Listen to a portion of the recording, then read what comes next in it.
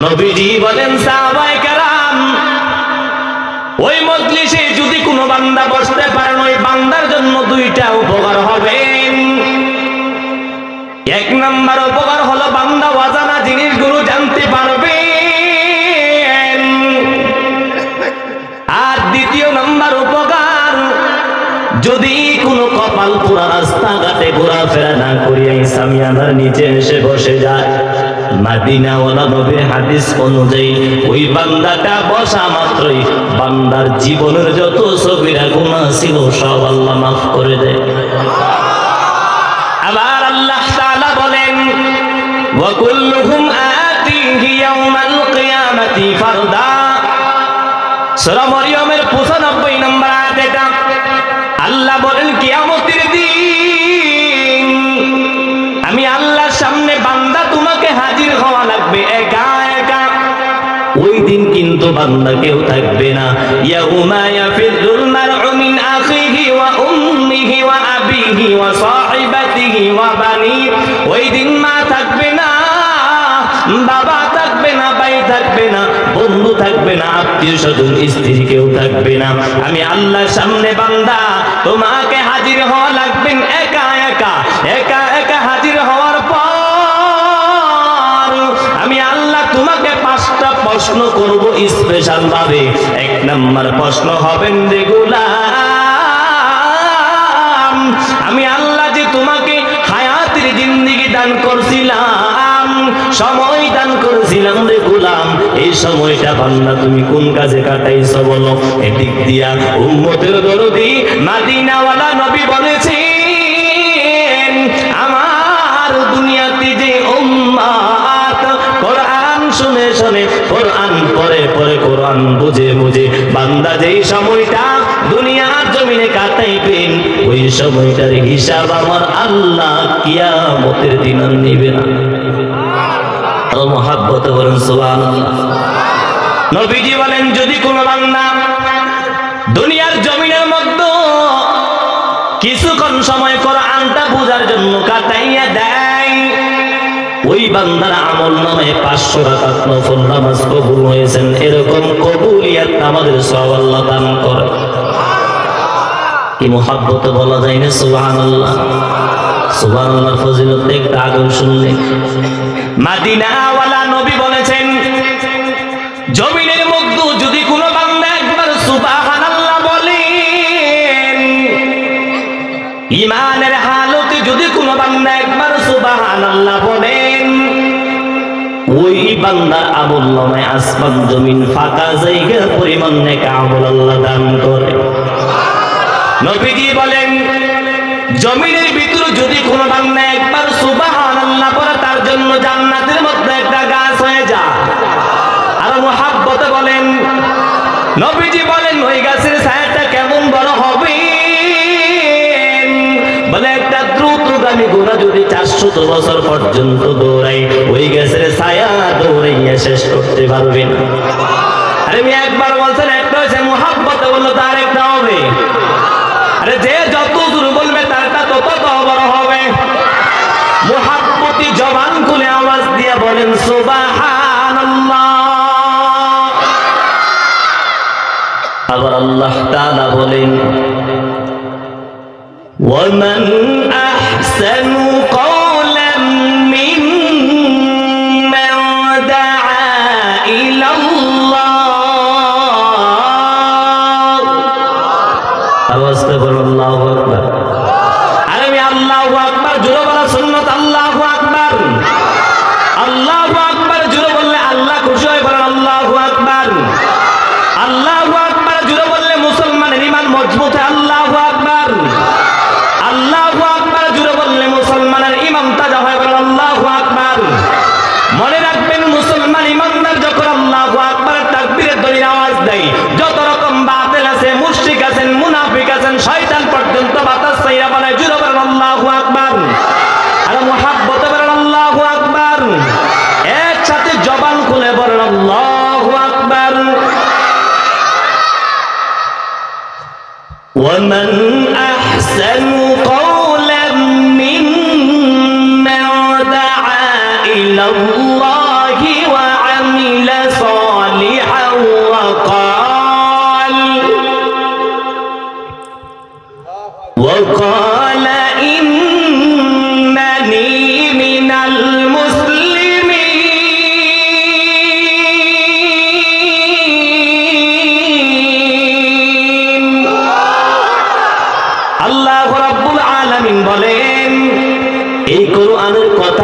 যারা মানুষকে বলে এবং আমি রবের দিকে যারা মানুষকে আহ্বান করে ডাকে, তাদের মতো ভালো বান্দা, ভালো ব্যক্তি, ভালো বক্তা কেউ নেই।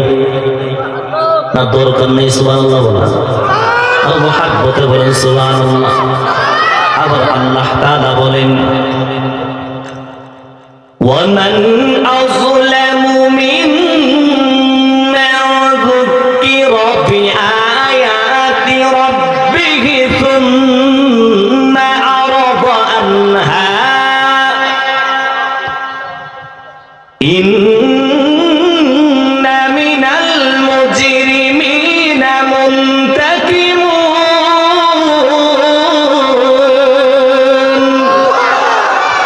আল্লাহ রাব্বুল আলামিন বলেন, নিশ্চয় আমি রবের কথাগুলো শোনার পরে যেই বান্দাগুলো মুখ ফেরায় নাই, ওই বান্দাগুলোর মতো বড় জালেম আর কেউ নেই। বলেন তো রবের কথা, আল্লাহর কথা আছে কোথায়? কোথায়? কোরআনে? সন্দেহ আছে? এখানে কোরআনে কি আল্লাহ বাদে কারো কোনো কথা আছে? তানজিলুম মির রাব্বিল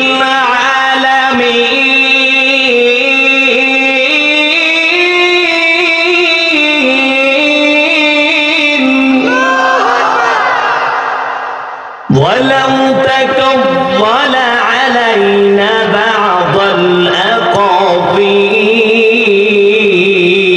الأقاويل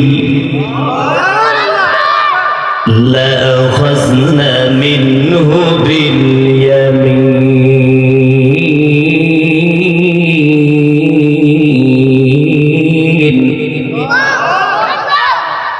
ثم لقطعنا منه الوتين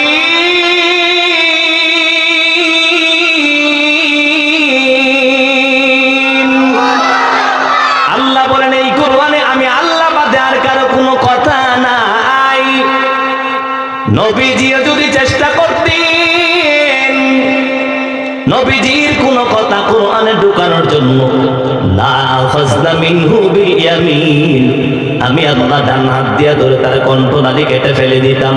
অতএব অথেন্টিক কোরআন এই কিতাবের মধ্যে আল্লাহ বাদে আর কারো কোনো কথা নেই। জোরে বলেন সুবহানাল্লাহ। তবে বান্দা মনে রাখবেন, এই কোরআনের কথাগুলো শুনলে কিন্তু সবার কাছে ভালো লাগে না। ভালো লাগে সবার কাছে? লাগে? সবার কাছে কিন্তু কোরআনের কথাগুলো ভালো লাগে না, পছন্দ হয় না। বলেন তো, যেই বান্দাটা সুদ খায় ওর সামনে সুদের বয়ান করলে ভালো লাগবে? কথা বলে ভালো লাগবে? এই জন্য আল্লাহ জানায়া দিলেন, নবী শোনেন, হুয়াল্লাযী আরসালা রাসূলাহু বিল হুদা ওয়া দীনিল হক লিইয়ুযহিরাহু আলাদ দীনি কুল্লিহি ওয়ালাউ কারিহাল মুশরিকুন। নবী হায় শুনে নেন, আমি আল্লাহ আপনাকে সত্য ধর্ম, সত্য গ্রন্থ, সত্য দিন দিয়ে, সত্য ধর্ম গ্রন্থ দিয়ে আমি আল্লাহ দুনিয়ার জমিনে আপনারে পাঠাইছি। কিন্তু নবী শুনে রাখেন, এই সত্য কথা, সঠিক কথাগুলো যখন সঠিকভাবে উপস্থাপন করবেন, সবার কাছে কিন্তু পছন্দ হবে না, সবার কাছে কিন্তু ভালো লাগবে না। ও নবী পরিচয় নেন, যাদের কাছে কোরআনের কথাগুলো ভালো লাগবে না, পছন্দ হবে না, ও নবী পরিচয় নেন। যদিও টুপি মাথায় দেয়, দাড়ি রেখেছে, বাপি রেখেছেন, লম্বা জামা গায়েও দেয়, কিন্তু কোরআনের কথাগুলো শুনলে যদি শরীরের মধ্যে চুলকায়, টাটকা নির্ভেজাল মুশরিক। কথা হয় না? ঠিক কিনা বলেন? এই কথা কার? কি সন্দেহ আছে? এবার কোরআন কাদের কাছে ভালো লাগবে আল্লাহ জানায়া দিলেন, কিতাবুন উনজিলা ইলাইকা ফালা ইয়াকুন ফি সাদরিকা হারাজুন মিনহু লিতুনজিরা বিহি ওয়া যিকরা লিল মুমিনিন।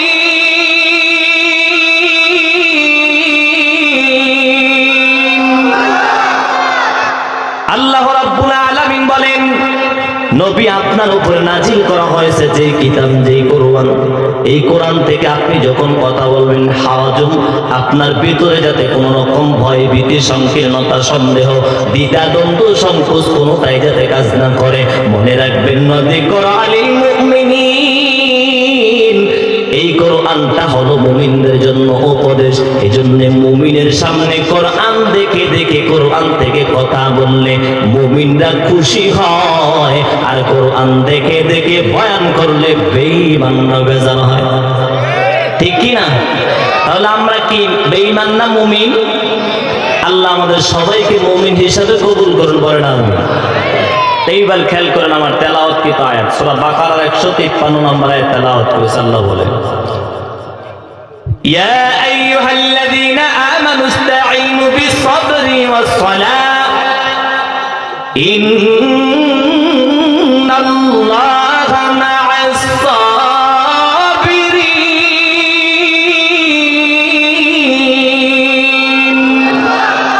আল্লাহ রাব্বুল আলামিন বলেন, ও ঈমানের দাবিদার যারা আছো মুমিন, তোমরা ধৈর্য সালাতের মাধ্যমে আমি আল্লাহর কাছে প্রার্থনা করো চাও। নিশ্চয়ই ধৈর্যশীল বান্দার সাথে আমি আল্লাহ সব সময় আছি। বলেন তো আল্লাহ যদি কোনো বান্দার সাথে থাকে ওই বান্দার টেনশন আছে? কথা বলেন, টেনশন আছে? এমপির সাথে ভালো সম্পর্ক থাকলে পার্লামেন্টে ঢুকলে যেমন টিকেটের প্রয়োজন হয় না রে ভাই, যদি বান্দা আল্লাহর সাথে গভীর সম্পর্ক গড়ে নিতে পারো তাহলে সেই মালিক আল্লাহর বানানো জান্নাতে ঢুকবা, কোনো টিকিট লাগবে না। আল্লাহ রাব্বুল আলামিন বলেন, যেই বান্দাগুলো সবর করে ধৈর্য ধারণ করে, মুফাসসিরিনে কেরাম বলেন যদি কোনো বান্দা তিনটা বিষয়ের উপর সবর করেন, ধৈর্য ধারণ করেন, ওই বান্দার সাথে আমার আল্লাহ থাকবেন মুহাব্বতে। বলেন কয় বিষয়? এই জবান খুলে বলেন কয় বিষয়?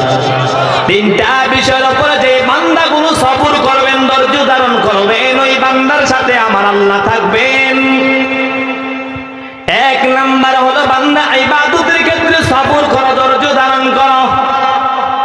কারণ মনে রাখবেন যদি কোনো বান্দা ইবাদত বন্দেগী করতে চায়, চার গুণওয়ালা বান্দারে ইবাদত বন্দেগী আল্লাহ কবুল করবেন। যদি কোনো বান্দার মধ্যে চারটা গুণ না পাওয়া যায়, ওই বান্দার ইবাদত আল্লাহ কবুল করবে না। এক নাম্বার গুণের নাম হলো ইলম, যার শব্দের শাব্দিক অর্থ হলো জ্ঞান। এখন অপবিত্র আছেন, পবিত্রতা অর্জন করার জন্য গোসল করা কি নফল না ফরজ? কথা বলেন। এখন গোসলের নিয়ম কারণ জানার দরকার, এটা কি নফল না ফরজ? এখন এখানে অনেক আল্লাহর ওলিও আছে গোসলের ফরজ পর্যন্ত জানে না। যদি প্রশ্ন করেন হুজুর গোসলের ফরজ কয়টা, লাভ দিয়া ওইটা কোন রকম ভাবে বলতে পারবে তিনটা। যদি প্রশ্ন করেন কি কি বলবে সাবান, গামছা, লুঙ্গি। নিজের প্রশ্ন করে যে আপনি কেমন মুসলমান, গোসলের ফরজ পর্যন্ত জানেন না? নাই, কি বানায় বলতেছি? আপনি নিজের প্রশ্ন করে দেখেন। অতএব যে ইবাদত বন্দেগী আপনি করবেন, ওই ইবাদতের বিষয়ে আপনাকে ইলম অর্জন করা লাগবে, জ্ঞান অর্জন করা লাগবে। যদি কোনো বান্দা ইবাদত বন্দেগী করতে চায়, ওই বান্দাকে চারটা গুণ অর্জন করা লাগবে। এক নাম্বার গুণের নাম হলো ইলম, দ্বিতীয় নাম্বার গুণের নাম হলো বিশুদ্ধ নিয়ত, তিন নাম্বার গুণের নাম হলো সবর মানে ধৈর্য, চার নাম্বার গুণের নাম ইখলাস, একনিষ্ঠতা। বলুন তো ইবাদত করবেন কার জন্য? আর মুহাব্বতে বলুন কার জন্য? মুফাসসিরিনে কেরাম জানান যেই বান্দাগুলো তিনটা বিষয়ের উপর সবর করবেন, ধৈর্য ধারণ করবেন, ওই বান্দার সাথে আমার আল্লাহ থাকবেন। এক নাম্বার হলো বান্দা ইবাদতের ক্ষেত্রে বান্দা সবর করো, ধৈর্য ধারণ করো। দ্বিতীয় নাম্বার হলো বিপদ আপদ মুসিবতে পড়ে গেলে বান্দা সবর করো, ধৈর্য ধারণ করো। বলুন তো বিপদে পড়ে না এমন মানুষ আপনাদের এলাকায় আছে? কথা বলেন। আপনাদের কথার মনে হয় এখানে অনেকে আছে যে বিপদে পড়ে না। কি বিপদে পড়ে না এমন লোক আছে? পয়গম্বর আদম আলাইহিস সালাম বিপদে পড়ে নাই? তো বিপদে পড়ার কয়েকটা কারণ, দুইটা কারণ বলতেছি, শুনে নেন। পয়গম্বর আদম আলাইহিস সালাতু ওয়াস সালাম বিপদের মধ্যে পড়ছেন, কর্মের ফল পয়গম্বর ইউনূস আলাইহিস সালাতু ওয়াস সালাম বিপদের মধ্যে পড়ছেন কর্মের ফল। পয়গম্বর ইব্রাহিম আলাইহিস সালাম বিপদের মুসিবতের মধ্যে পড়ছেন পরীক্ষা। পয়গম্বর জাকারিয়া আলাইহিস সালাতু ওয়াস সালাম বিপদের মধ্যে পড়ছেন কর্মের ফল। আবার পয়গম্বর আইয়ুব আলাইহিস সালাতু ওয়াস সালাম বিপদের মধ্যে পড়ছেন পরীক্ষা। বিপদে পড়েন কেন শুনেন, আমার আল্লাহ জানা দিলেন। এক নাম্বার হলো কর্মের ফল।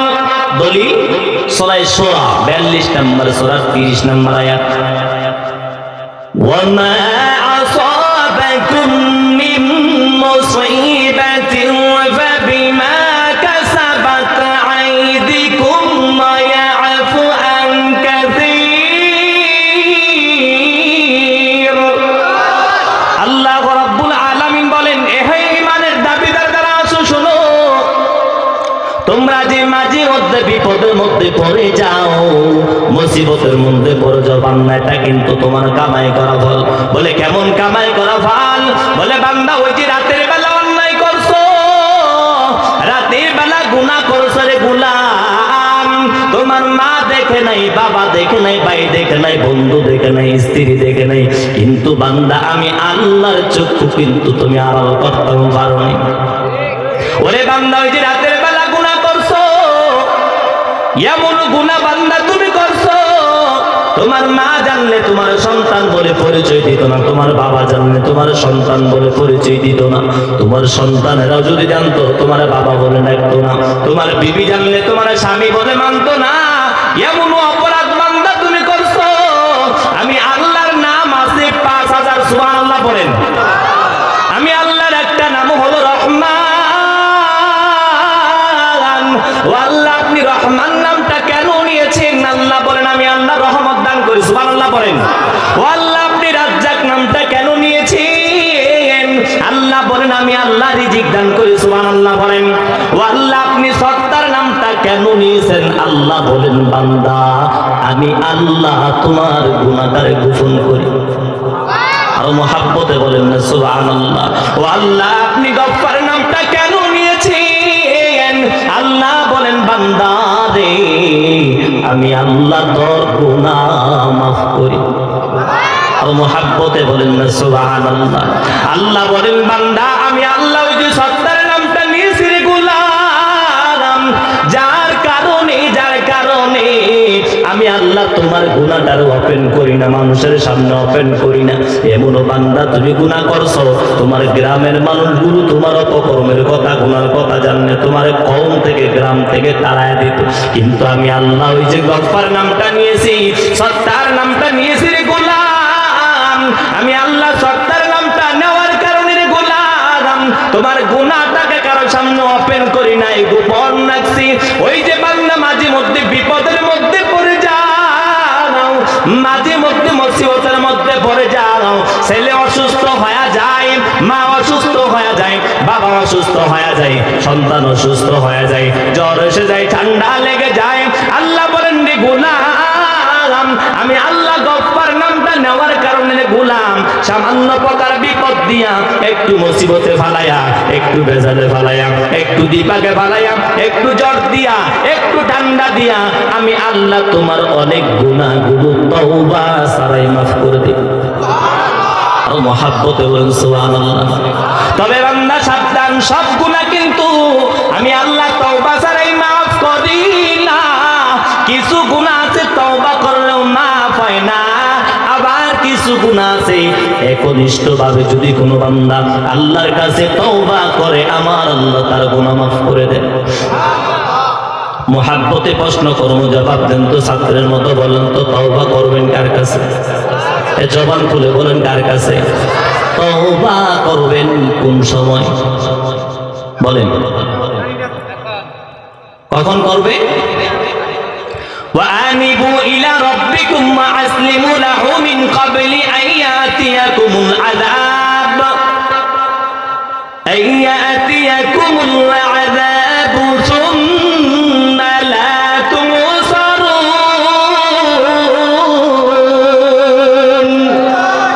আল্লাহ রাব্বুল আলামিন বলেন, وَأَنِيبُوا إِلَى رَبِّكُمْ وَأَسْلِمُوا لَهُ مِنْ قَبْلِ أَنْ يَأْتِيَكُمُ الْعَذَابُ তোমরা আমি রবের ডাকে রবের আহ্বানে সাড়া দাও সাড়া দাও।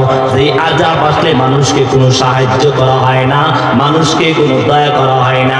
আমাদের বিবেক দিয়া বুঝি মানুষ যখন মরে যায় ওই সময় কিন্তু মানুষকে কিছু বোঝানো যায় না, কিছু করে দেওয়া যায় না, কিছু বলাও যায় না। এই জন্য আল্লাহ বলেন ওয়া আনিবু ইলা রাব্বিকুম ওয়া আসলিমু লাহু মিন ক্বাবলি আন ইয়াতিয়াকুমুল আযাব। ওরে বান্দা, ওই আযাব আসার আগে তোমরা আমি রবের ডাকে রবের আহ্বানে সাড়া দাও। যে আযাব আসলে সাহায্য করা হয় না, তাহলে মানুষ যখন মরে যায় ওই সময় মানুষকে কোনো কিছু বোঝানো যায় না, কোনো কিছু করে দেওয়া যায় না। তাহলে আল্লাহ বলেন বান্দা তওবা করা লাগবে, ফিরে আসা লাগবে মরণ আসার আগে। আরে দিক দিয়া তো মরণ আসার আগে আজরাইলে ফোন দেয়, হ্যাঁ মিস কল দেয়নি, কোনো সিটি ভাড়ায়। মরণ কখন আসবে গ্যারান্টি? বসে আছেন দাঁড়াইতে পারবেন গ্যারান্টি? এখান থেকে নাই ঢাকায় যাবো গ্যারান্টি আছে? তাহলে বসে আছি দাঁড়াইতে পারবো কোনো গ্যারান্টি নাই। মরণ কখন আসবে যেহেতু জানা নাই, তাহলে তওবা করলে করতে হবে। বেঁচে আছি যখন তওবা করা লাগবে তখন, তাহলে বেঁচে আছি এখন তওবা করা লাগবে এখন। বুঝলাম ইনশাআল্লাহ। দ্বিতীয় নাম্বার, তওবা করবেন কার কাছে? কার কাছে? এটা নেই তো বেজার। একটা হলো হকুল্লাহ, আরেকটা হকুল ইবাদ। একটা হলেন আল্লাহ পাকের হক, আরেকটা হলেন বান্দার হক। কেউ যদি আল্লাহর হক নষ্ট করেন, আল্লাহর কাছে তওবা করলে আমার আল্লাহ ক্ষমা করে দেয়, মাফ করে দেয়। কিন্তু কেউ যদি তার ভাইয়ের হক, মায়ের হক, বোনের হক, সমাজের মানুষের হক, জনগণের হক নষ্ট করে, মানুষের হক যদি কেউ নষ্ট করে, তাহলে আল্লাহর কাছে তওবা করে কোনো লাভ নেই। ভালো করে বুঝেন, ইন্নামাস সাবিলু আলাল্লাযিনা ইয়াজলিমুনান নাস ওয়া ইয়াবগুনা ফিল আরদি বিগাইরিল হক উলাইকা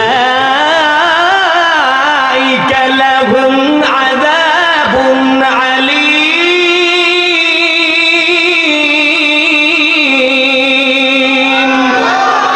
আল্লাহ রাব্বুল আলামিন বলেন, নিশ্চয়ই যারা মানুষ হয়ে মানুষের হক নষ্ট করে, মানুষ হয়ে মানুষের উপরে যারা জুলুম করবে, তারা কিন্তু আমি আল্লাহবাদী কেসের আসামি। এখানে একটা অথেন্টিক একটা কথা আছে, বলুন তো আল্লাহ কি সুবিচারক না অবিচারক? মুহাব্বতে বলেন কেন? কারণ আল্লাহ শব্দ দিলেন কি, ইন্নামাস সাবিলু আলাল্লাযিনা ইয়াজলিমুনান নাস। নাস মানে মানুষ। হিন্দুরা কি মানুষ, বৌদ্ধরাও মানুষ, খ্রিস্টানরাও মানুষ। যদি আল্লাহ বলতেন ইয়াজলিমুনাল মুসলিমুনা বা ইয়াজলিমুনাল কাফিরুনা, কিন্তু আমার আল্লাহ এটা বলে নাই। কারণ হিন্দুদের বানাইছে কে? খ্রিস্টানদেরকেও বানাইছেন আমার আল্লাহ, বৌদ্ধদেরকেও বানাইছেন আমার আল্লাহ। এই জন্য আল্লাহ তাআলা আলাদা করে নাই। আল্লাহ বলেন, নিশ্চয়ই যারা মানুষ হয়ে মানুষের হক নষ্ট করবে, মানুষ হয়ে যারা মানুষের উপর জুলুম করবে, তারা আমি আল্লাহবাদী কেসের আসামি হয়ে যাবেন। আর আমি আল্লাহবাদী কেসের আসামি যদি কোনো বান্দা হয়ে যায়, তাহলে ওই বান্দার জন্য ক্ষতি হবেন তিনটা। কয়টা? কথা বুঝতে কষ্ট হচ্ছে? কয়টা ক্ষতি হবেন? তিনটা ক্ষতি হবেন। এক নাম্বার ক্ষতি, ওই বান্দাকে আমার আল্লাহ হেদায়েত দিবেন। কি দিবে না? বলেন তো, যদি আল্লাহ কাউকে হেদায়েত না দেয়, কোন পীরের বাপের ক্ষমতা, তবলিগের বাপের ক্ষমতা আছে হেদায়েত দেওয়ার? কথা বলেন। হেদায়েত দেওয়ার মালিক কে? কি নবীজি আল্লাহ হেদায়েত দেওয়ার ক্ষমতা দিছিলেন? দিছিলেন নি? যদি নবী আল্লাহ হেদায়েত দেওয়ার ক্ষমতা দিতেন, আবু জাহেলের নবী হেদায়েত করে দিতেন, আবু লাহাবের নবী হেদায়েত করে দিতেন। বরং আল্লাহ দমক দিয়ে জানায় দিলেন, ইন্নাকা লা তাহদি মান আহবাবতা ওয়ালাকিন্নাল্লাহা ইয়াহদি মান ইয়াশা ওয়া হুয়া আ'লামু বিল মুহতাদিন।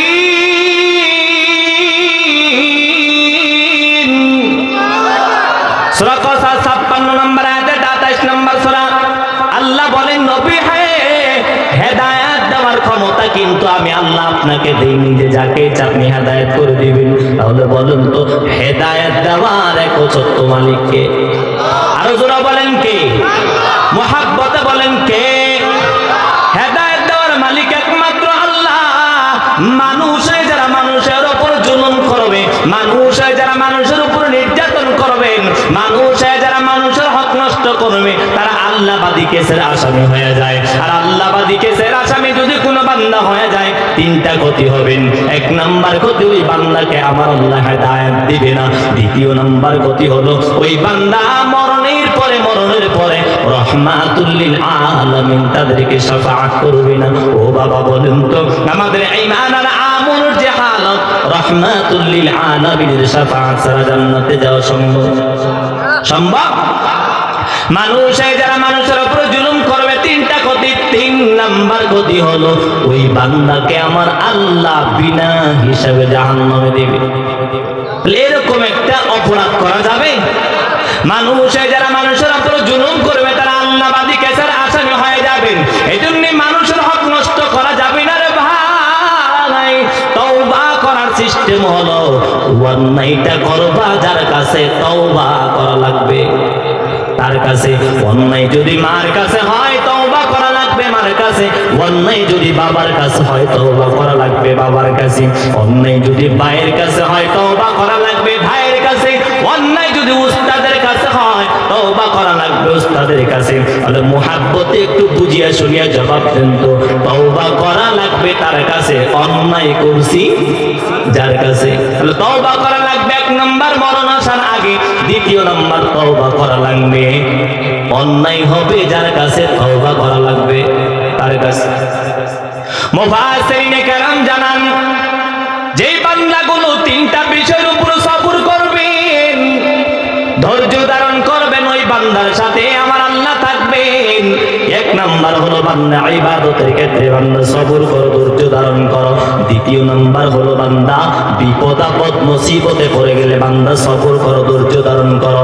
এখন বিপদে পড়ে গেছেন, মুসিবতে পড়ে গেছেন, শুধু চুপচাপ বসে থাকবেন, বিষয়টা এমন নয়।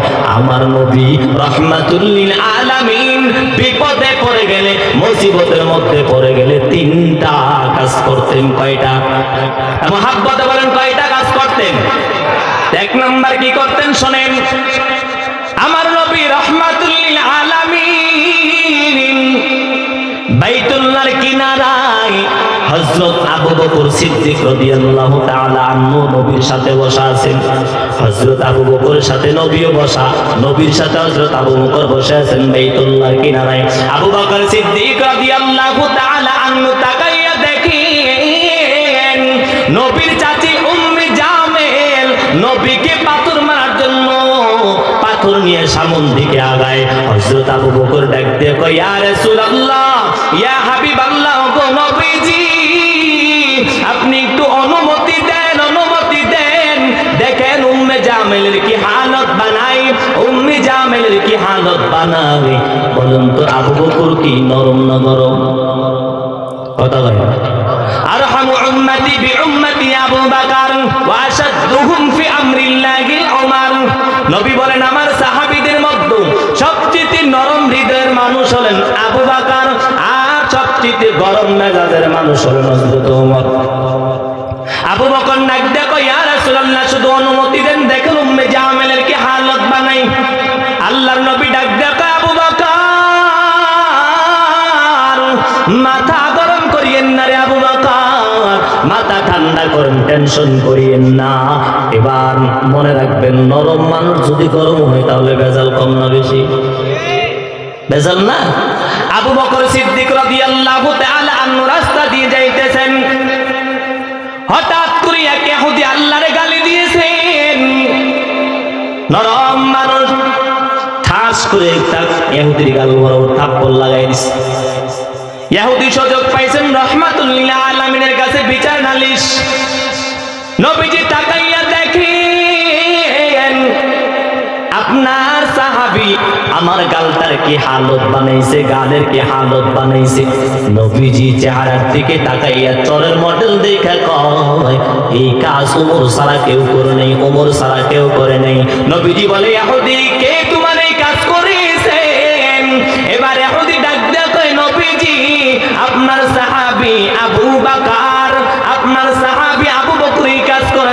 কোথায় আছেন আবু বকর? ডেকে আনা হলো। আবু বকর, আপনি কি ইহুদির গালে থাপ্পড় মারছেন? থাপ্পড় মারছেন নি? বলে হ্যাঁ। কেন মারছেন? বলে ইহুদি আল্লাহরে গালি দিয়েছে, ইহুদি আল্লাহকে গালি দিয়েছে, আমি আবু বকর সহ্য করতে পারি নাই। এবার নবীজি ডাক দেয়া কয়, আবু বকর সাক্ষী দেখান, সাক্ষী দেখান। ইহুদির পাশে সাক্ষী আছে। ইহুদি ডাক দেয়া কয়, নবী আমার সাক্ষী আছে, আমি আল্লাহরে গালি দেই নাই, আল্লাহরে গালি দেই নাই। আবু বকর কয়, ইয়া রাসূলুল্লাহ, ইয়া হাবিবাল্লাহ, আমার তো কোনো সাক্ষী নাই। নবীজি ডাক দেয়া কই, রে আবু বকর, সাক্ষী ছাড়া যা হারাম বিচার যদি হয়, আপনি যেমন ইহুদির গালে থাপ্পড় লাগাইছেন, থাপ্পড় লাগাইছেন, আপনার গালেও ইহুদি থাপ্পড় লাগাইবে। বেঈমানের বাচ্চা ইহুদি যখন নবীর অর্ডার পাইয়া আবু বকরের গালের দিকে থাপ্পড় মারার জন্য হাত বাড়াইলেন, আল্লাহ বলেন, জিবরাইল কোথায় আছো? যাও আমার নবীকে আমি আল্লাহর সালাম জানাইয়া ইহুদির আটকাইতে বলো। যদিও আবু বকরের সাক্ষী দুনিয়ার জমিনে নাই, জিবরাইল আমিন আয়েশা কই, ইয়া রাসূলুল্লাহ, ইয়া হাবিবাল্লাহ, আল্লাহর সালাম নেন, ও নবীজি আল্লাহর সালাম নেন, আর ইহুদির আটকান। ও নবী শুনে নেন, আবু বকর সামনে আল্লাহর গালি দিছে। আবু বকর যেমন সহ্য করতে পারে নাই, এখন আবু বকর বিপদের মধ্যে আছেন, আমার আল্লাহও সহ্য করতে পারেন। আর মুহাব্বতে বলেন সুবহানাল্লাহ। ও নবী শুনে নেন, যদিও আবু বকরের সাক্ষী দুনিয়ার জমিনে নাই, ও নবী শুনে নেন, শুনে নেন, আমার আল্লাহ নিজে আবু বকরের সাক্ষী হয়ে গেছে। আর মুহাব্বতে বলেন সুবহানাল্লাহ।